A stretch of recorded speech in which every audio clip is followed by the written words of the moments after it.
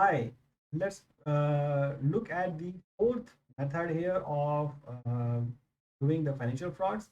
This is called improper disclosure. Here, there are a lot of gray areas in the financial statements, which helps the management to really do the financial fraud because these disclosures are not a part of balance sheet. They don't affect the cash flow. They don't affect the valuation of the property or anything else, but just only the disclosure requirements, right? So the disclosure requirements can be related with the related party transactions, can be accounting policy change, management fraud, subsequent events, or liability omissions. So the company may have taken a loan on a bank guarantee, or maybe they have given a bank guarantee to a related party to a related party for which the company is liable in case of failure.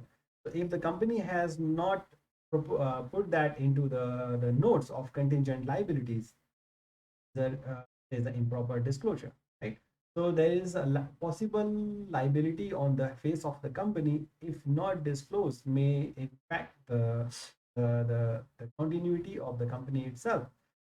Maybe the company's total balance sheet is, let's say, $10 million, but it has taken a bank guarantee for their related company, maybe another entity for $100 million, even though the fee for taking the bank guarantee may be paid by the other company, but legally the liability lies on this particular company, right? Because companies are limited by shares.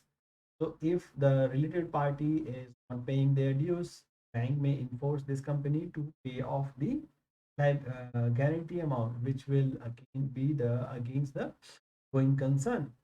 There are subsequent events. Maybe there is substantial drop in the prices of inventory of the company, which will impact the profitability in the future. But if company is not able to produce that or to disclose that event, or maybe there is a major earthquake or natural calamity the disclose in the assets where the factories of the company are there, or the warehouse are there, or there is any major market which is gone into the war.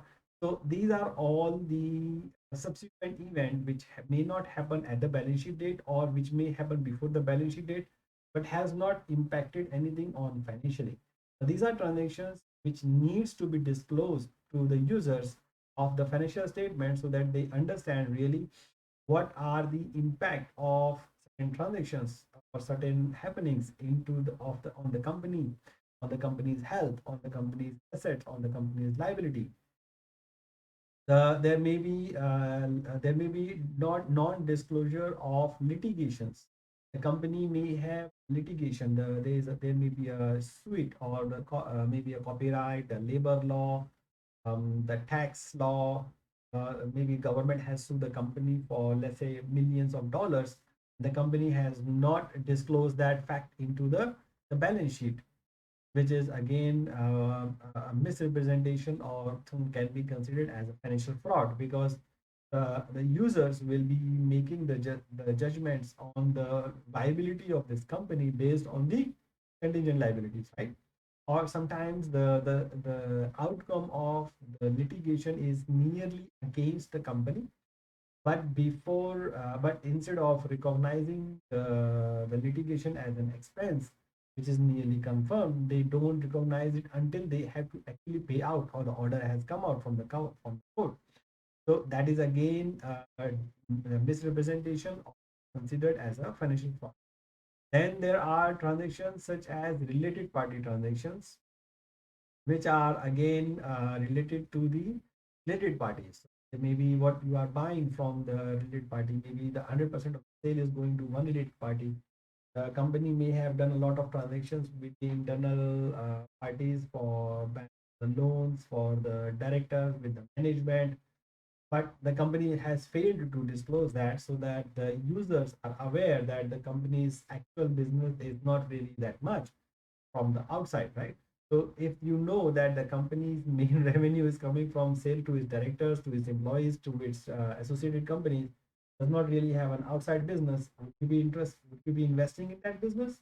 No, right?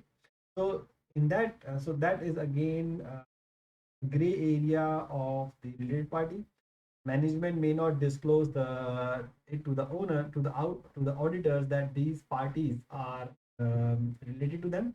So there may be a disclosure mismatch. The last thing here is the accounting changes, right? So there may be a change in accounting policy, change in the depreciation policy, change in the method of valuation of the inventories, but the company has not produced it properly. So the or may have not disclosed the impact of the such accounting changes into the previous period or onto the profitability of the company, so that the users are aware that the accounting policy has changed from previous year to this year and what is the impact. So that they can actually justify what is the future outcome of that income also, right? So these are the normally the improper disclosures. They are not that easy to find because usually you are not really, that does not really impact the cash balances or the ratios, but they are important to find because they impact the user's ability to understand the financial statements in a major way. So the red flags for improper disclosure normally is that if there is a domination or in the management by a single person or by a small group in a non-managed, non-owner managed company without the compensating controls. So there is nobody else who is deciding the policy. Maybe there is no internal audit, there is no audit board. All the policies are defined by that particular person, or the board of directors and audit committee is not very effective. They are not looking at the financial statement. They are not questioning the board. They're not questioning the senior management. There's a lack of internal controls. There's not enough communication between the company and its management or by to the employees, or there's a huge jumps between the profitability and you are comparing with the other industries, or their compensation are linked with the financial results and the compensations are increasing significantly compared to period over a period of time. So these are the red flags that will help the auditors to understand really if there may be potential improper disclosures. Then there may be a few complex transactions which are nearly close to the period that pose difficult substance over form questions. Means the transactions has happened only during the year end. Maybe if the financial year is ending is March, the transactions may happen only in February and March, and the next year there is a reversal of the transaction. Maybe in May, June there is a reversal of transaction, so that you have less impact, right? There may be significant related party transaction without the ordinary course of the business. So you may auditors may judge whether the other companies or other businesses are also doing the similar way or not. There's a significant bank accounts in the tax haven jurisdiction, in where or let's say for example there are tax jurisdictions like Singapore, like the